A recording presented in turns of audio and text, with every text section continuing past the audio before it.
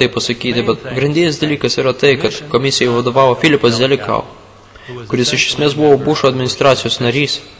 Jis buvo su Condoleezza Rice pirmoje tikroje Bušo administracijoje. Vėliau, kai demokratai buvo valdžioje, esant Clintonui, Rice ir Zelikow kartu parašė knygą. Vėliau, kai ją padarė nacionalinio saugumo patarėja naujoje Bušo administracijai, jinai pakvietė Aną, kad padėtų pereinamųjų laikotarpių. Tada jis buvo paskirtas į prezidento užsienio žvalgybos tarybą.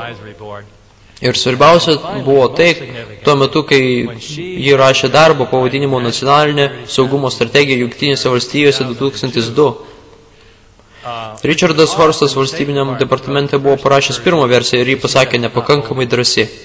Taigi jie atsitimpė savo seną draugužį Filipą Zelikow kartu parašyti naują dokumentą ir štai iš kur ši prevencinė karo strategijos doktrina atsirado.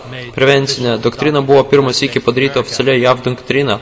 Taigi būtent tas žmogus, kuris parašė šį dokumentą ir panaudojo rugsėjo 11 kaip pretekstą, paskui buvo paskirtas vadovauti rugsėjo 11 komisijai, kad pabandytų išsiaiškinti, ar gal Bušo administracija galėjo būti kažkiek atsakinga už rugsėjo 11. Tai yra absurdiška, tai peržengia visas tikėjimo ribas. Vis apie tai net filmų negalėtume sugalvoti, niekas nepatikėtų, kad taip įmanoma. Bet štai kokie absurdiški dalykai vyko ir spauda net nepraneša apie tai. Gerai. Aš dar galėčiau tiek daug papasakoti apie Zelikow, bet nepasakosiu. Terry Mason, prancūzų rašytoja, kuri pirmą iškėlė klausimus apie Pentagoną. Šiuo metu redaguoja tomą ir aš turiu skyrių jame, kuris bus pavadintas rugsėjo 11 komisijos ataskaita Filipo Zelikow aplaidumo bei iškraipimų šedevras. Ir jūs galite sužinoti ten net daugiau dalykų apie jį. Gerai.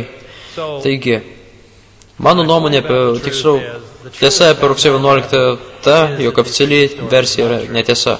Ir kuomet matai, kai smarkiai jinai neteisinga, matai, kokie visiškai neįtikinama. Vienintelis įtikinamas paaiškinimas tas, jog tai buvo vidaus darbas. Dabar aš priėjau prie klausimo, ar turi būti tiesa atskleista. Žinoma, rugsėjo 11 judėjimas darbavosi manydamas, kad žinoma, tiesa galėtų būti ir turėtų būti atskleista. Ir matyt, daugelis galvoja panašiai, bet mūsų visuomenės elitas, tie finansiniai ir korporacijų lyderiai, politikai ir kariuomenės vadai ir masinės žiniasklaidos savininkai gali galvoti kitaip. Matomai, jie bijo, kad rugsėjo 11 atskleidimas, aš perskaitysiu šią dalį, kad išvengčiau klaidų, gali privesti prie pasitikėjimo krizės, kad tai prives prie padarinių baisesnių, negu jei leistume rugsėjo 11 organizatoriams išeiti sausiems. Pasaulinė ekonomika jau yra labai rizikingoje padėtyje, jie gali ginčytis. Ir pasitikėjimo krizė pasaulio galingiausios nacijos institucijose galėtų priversti prie globalaus kracho. Sakyčiau, tame nėra abejonių, jog pasaulinės ekonomikos griuvimas gali būti labai įmanomas. Ir tai būtų sunkios pasiekmes, kurios galėtų tęstis dar daugelį metų. Taigi taip, turint atskleistą rugsėjo 11 tiesą ir padarius ją prieinamą visam pasauliu kaip viešą paskaitą, tas visai tikėtinai gali baigtis sunkiai. Bet yra dar vienas dalykas, kuris gali būti baisesnis. Tai toliau slėpsime tiesą apie rugsėjo 11. Kodėlgi?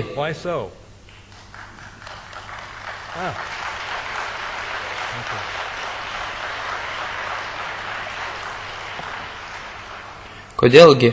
Mes susidurime su globalinio kracho tikimybė, kuri yra žymiai baisesnė už ekonomikos griuvimą. Aš kalbu apie ekologinę katastrofą, kuri labai tikėtinai gali vykti šiame šimtmetyje.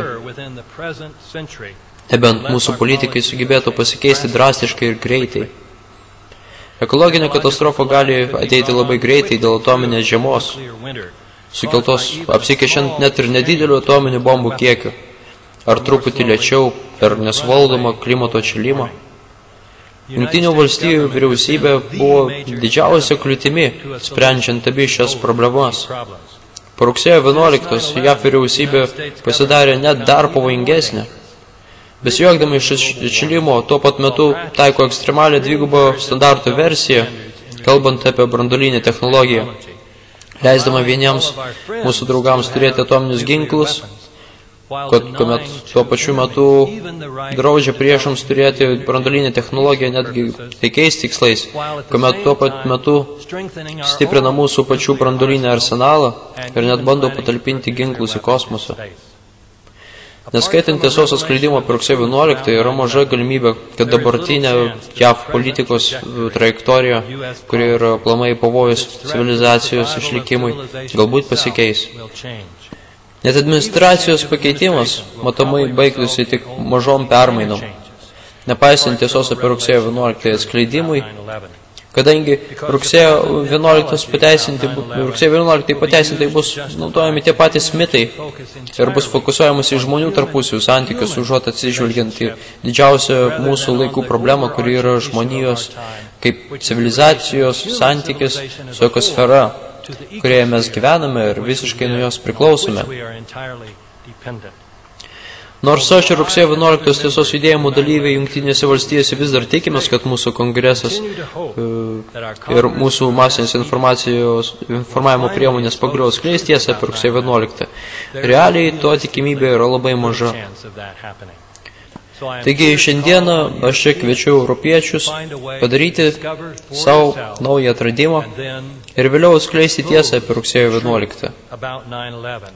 Galbūt per prisiekusiųjų sušaukimą, per prisiekusius piliečius, kurių tarpe būtų labai gerbiamų Europos bendruomenės asmenų, kurie galėtų paklausyti rugsėjo 11 tiesos judėjimo liudijimus.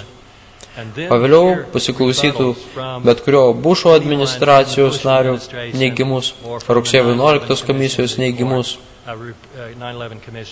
arba net NIST ar bet kurios kitos oficialios organizacijos ir tuomet leistų pasauliui įvykdyti teismą. Taigi, štai toks mano iššūkis jums, štai dėl ko atvykau į Europą. Ačiū jums labai.